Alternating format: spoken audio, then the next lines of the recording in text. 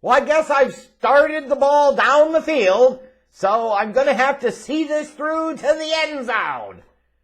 You know that thing that you get into when you want to score touchdowns? I know if you're a fan of Bears football, it's a novel concept. It's unfamiliar, foreign to you even. But in all seriousness, I'm going to try and give you my team-by-team grades for the 2023 NFL Draft. All 32 teams over the next week to week and a half. I got to start it. I guess I'm going to have to finish it. But I'm going to start in the NFC North. And, of course, I've got to start with the Bears. Yeah, that's right. Always, that's where the bias comes is Bears football. And when you talk about the 2023 draft, it was an incredibly pivotal draft for Ryan Poles, the general manager, and the Chicago Bears organization. It's the first time this team had the number 1 overall pick in the draft in generations. There's a big decision to make about whether or not they're going to keep Justin Fields and build around him or potentially look to replace Justin Fields. And once they make that decision, like, how do you focus your energies here? Would they understand their situation and the importance of strengthening their position for 2023, 2024, and 2025? And my favorite thing about this year's draft by general manager Ryan Poles, you could talk about the players. To me, that's small potatoes thinking. I'm looking long-term game.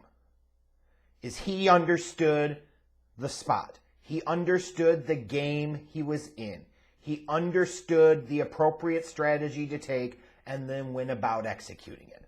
Not like Bears fans on Twitter talking about, oh, you trade down to the Texans at 2, and then you trade down to the Colts at 4, and then you take Jalen Carter or Will Anderson and you're happy. No. He understood where he was at. He understood the opportunity that laid in front of him. And what he did was he was able to take, when you think about day one and the entirety of day one, the Bears heading into the draft, before they traded the pick off to Carolina, they had the number 1 overall pick in the draft. They turned that into help now and better position and stronger position for later.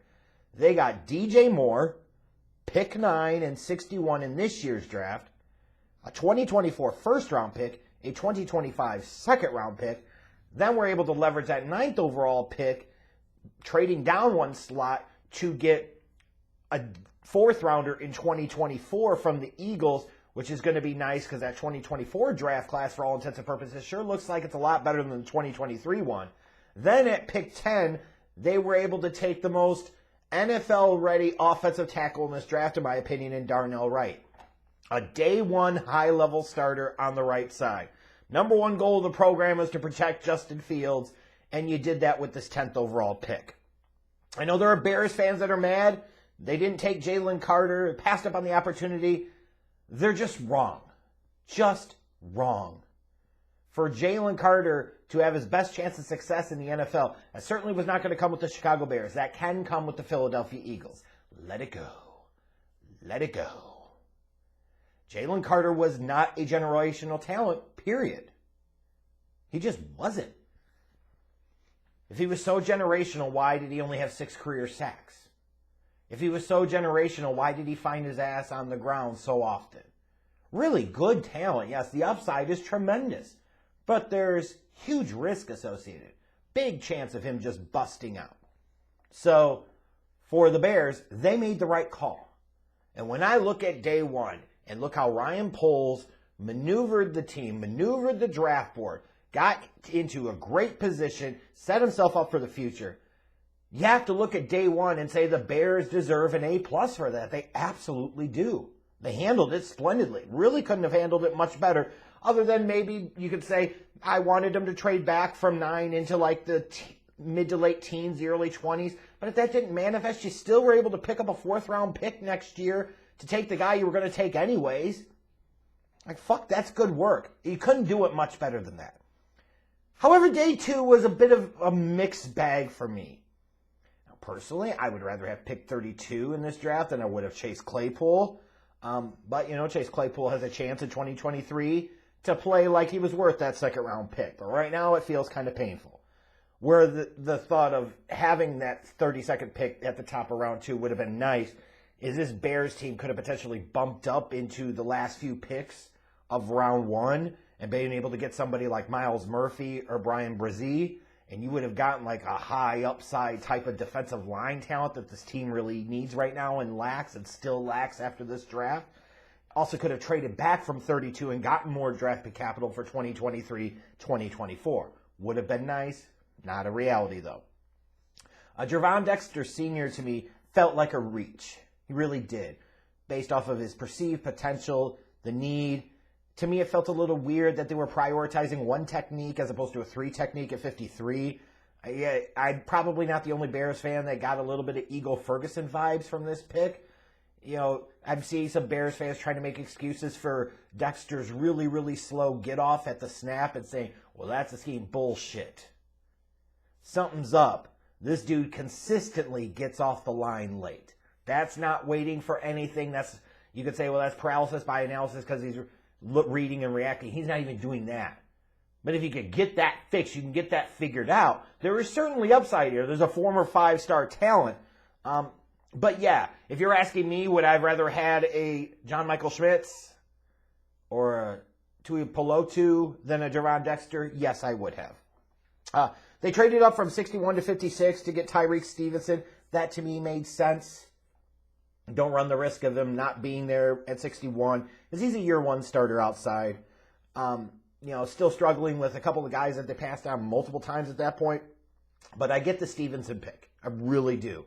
And I really, really like his fit in this Eberflus-Williams defense. I thought Zacch Pickens was less of a reach at pick 64 than Dexter was at pick 53. But Pickens was still a slight reach to me. Not too bad, though. More like I had him as like a high 4th round type of talent. The Bears took him at the top of round 3. That's not egregious at this point in time. I like his upside more. I like his potential to be a future starter more than I like Dexter's at this point. I got to say, though, at each of the picks on round 2 and 3, I felt like they passed on better players. And their prioritization in terms of need, I questioned a little bit. I gave the Bears a C grade on day 3. Wasn't impressive to me, kind of underwhelming. I was coming into day 3 and expecting them to understand kind of where the board sat, and we're going to address the edge position because edge rusher was a deep spot, still even going into round 4 with guys like Isaiah McGuire and Yasir Abdullah and so forth. A tight end, interior O-line at some point. And they did it, which I felt like was a bit of a missed opportunity. It was good to see them trade back from 103, because obviously you saw what happened. The first 3 picks at the top of round 4, all of those teams traded back, so those were popular spots to be in.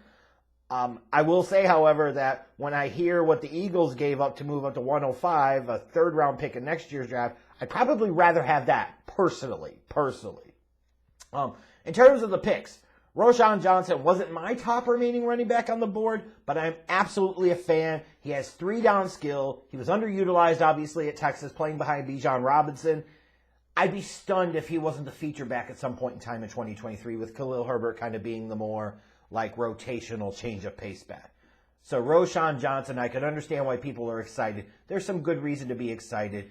It's like you see David Montgomery with more initial quickness. That's what he is to me.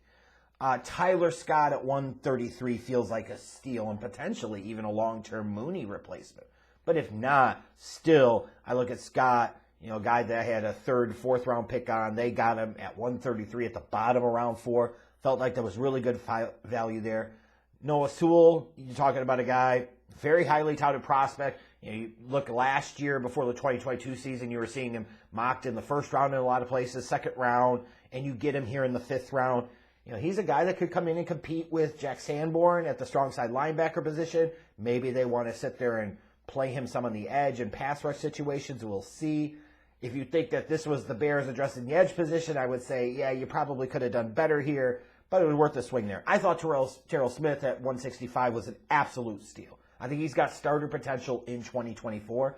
When you think about Tyrique Stevenson, he might give you some cushion around a potential Jalen Johnson departure. Terell Smith could make that a reality if him and Stevenson both come in and play well, and then you got Kyler Gordon in the slot.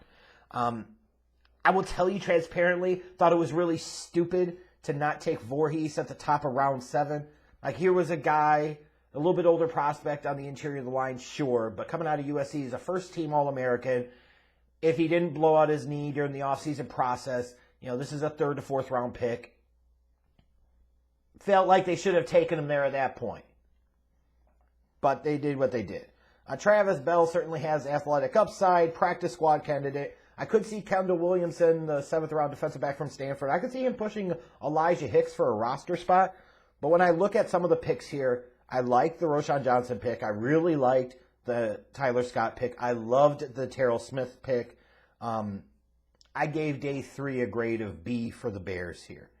And when I look at this draft overall for the Bears, I love that they got a day 1 starter at right tackle and a potentially high level one in Darnell Wright. Still talking about pick 1 that they traded. You get DJ Moore, 2024 first round pick and 4th round pick out of this draft for next year, 2025 second. That's really good work there. Stevenson's a perfect outside corner complement for them. Year 1 starter type opposite of Jalen Johnson. Allows them to keep Kyler Gordon in the slot like that. Some really good potential day 3 value as well. I understood the approach, though, like in terms of my concerns with this draft class, which keeps me from giving him an A grade.